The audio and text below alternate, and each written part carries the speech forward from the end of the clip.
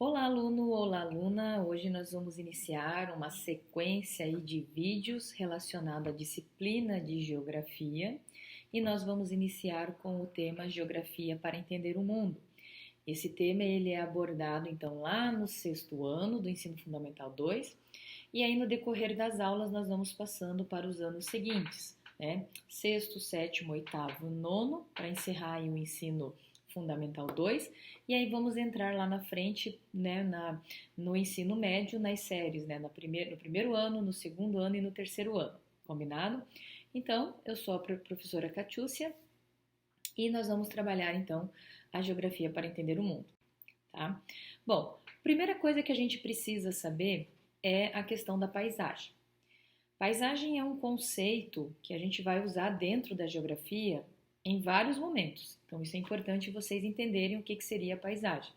Paisagem, então, seria aqui, ó, um conjunto de elementos naturais, ou seja, aquilo que é produzido pela natureza, e também por elementos culturais, ou também chamados de artificiais, aqueles que têm, né, a interferência, o dedinho do homem, então, ou seja, feitos pela ação das sociedades e que vivem aí por meio, né, e que vivemos por meio da visão ou pelos demais sentidos.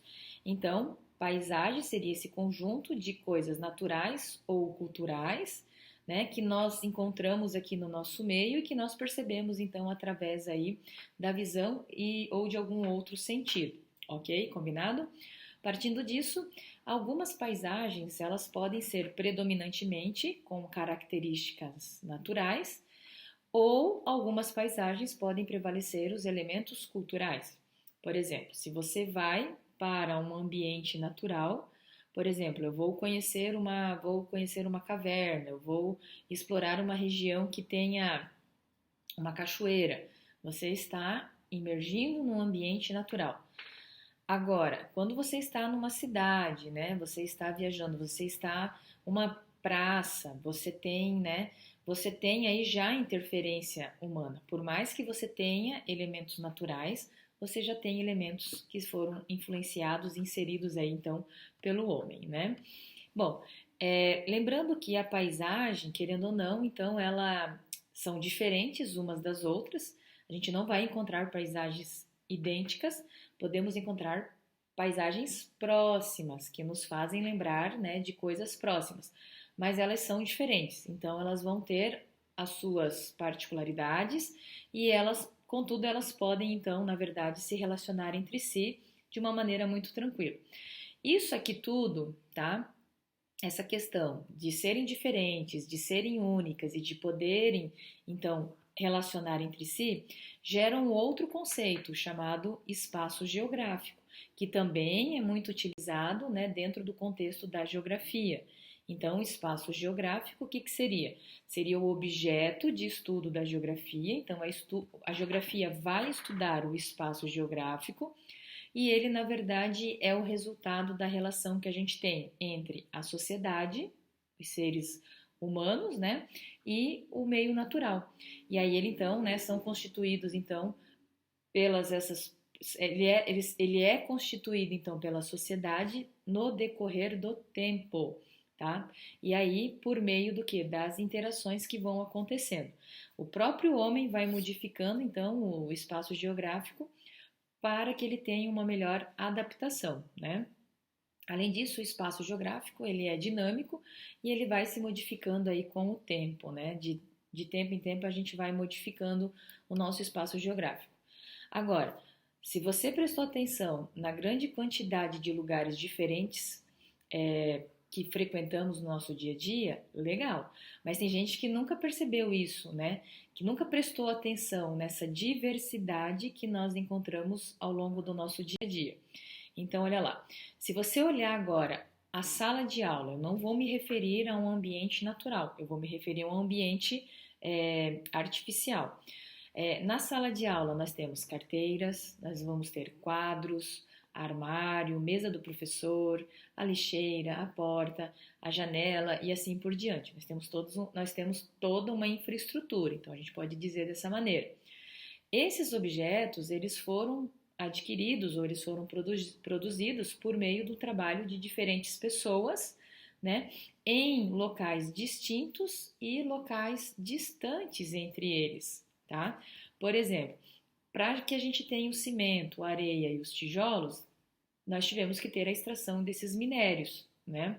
Para que a gente tenha os móveis presentes na sala, nós tivemos que ter o corte de árvores, né? Sem contar que esse ambiente precisa ficar limpo. Então eu tenho aquelas indústrias que fabricam os materiais de limpeza para manter esse ambiente limpo. Só que, ó, é só isso que existe dentro da sala, dentro de uma escola, né? É só isso ou tem mais, né? Se a gente parar para perceber, nós temos o fator humano. Nós não temos só os objetos que constituem uma sala. Aquela sala seria morta. Nós temos o fator, aquela parte viva desse ambiente, que é o fator humano. Então, existe uma relação, né? Ainda há a relação, né? As relações humanas e as relações sociais que envolvem essas pessoas que vão frequentar essa escola, essa sala de aula. Por exemplo, os funcionários, os professores, os alunos e os pais desses alunos. E cada representante, né, funcionário, professor, aluno e pais, cada integrante, né, em diferentes lugares que vão influenciar a sua vida, vão passar por diferentes locais que vão influenciar a sua vida. Então, olha como essa rede de comunicação, essa rede, né, de interação, ela vai se ampliando. Então, estudar os diversos lugares e as paisagens do planeta, isso pode ser um local perto, pode ser um local longe, é importante para que a gente possa compreender todo o nosso entorno, né?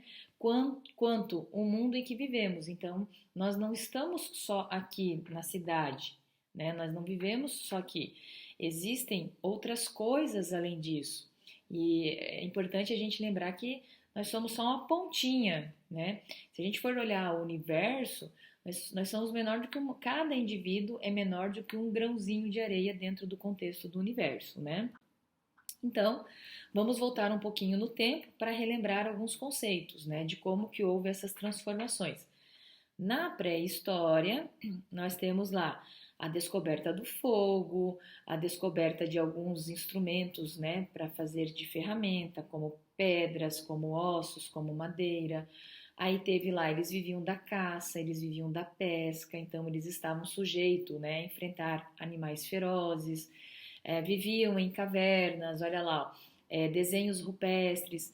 Com o passar do tempo, essas pessoas aqui da pré-história, eles eram nômades, e aí eles vão começar a ser sedentários, eles vão descobrindo que eles podem cultivar os seus alimentos, eles podem criar os seus animais, eles podem melhorar na qualidade da vestimenta, né? Melhorar a infraestrutura onde eles vão morar. Então eles deixam de ser nômades e aí agora eles passam a ser então o que a gente chama de sedentários, né? Então isso é muito importante.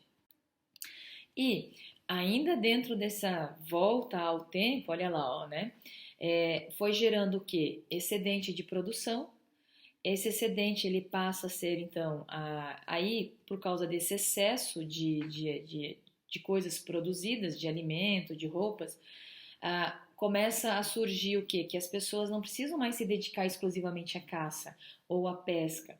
Elas passam a se dedicar e a desenvolver, né? Algumas pessoas então agora começam a desenvolver técnicas e equipamentos, né, que vão melhorar o desempenho nesses momentos de pesca, de caça, de moradia, ou seja, vão aumentar o conforto daquele momento em que eles estão passando. Então a gente começa a ter, né, querendo ou não, algumas modificações.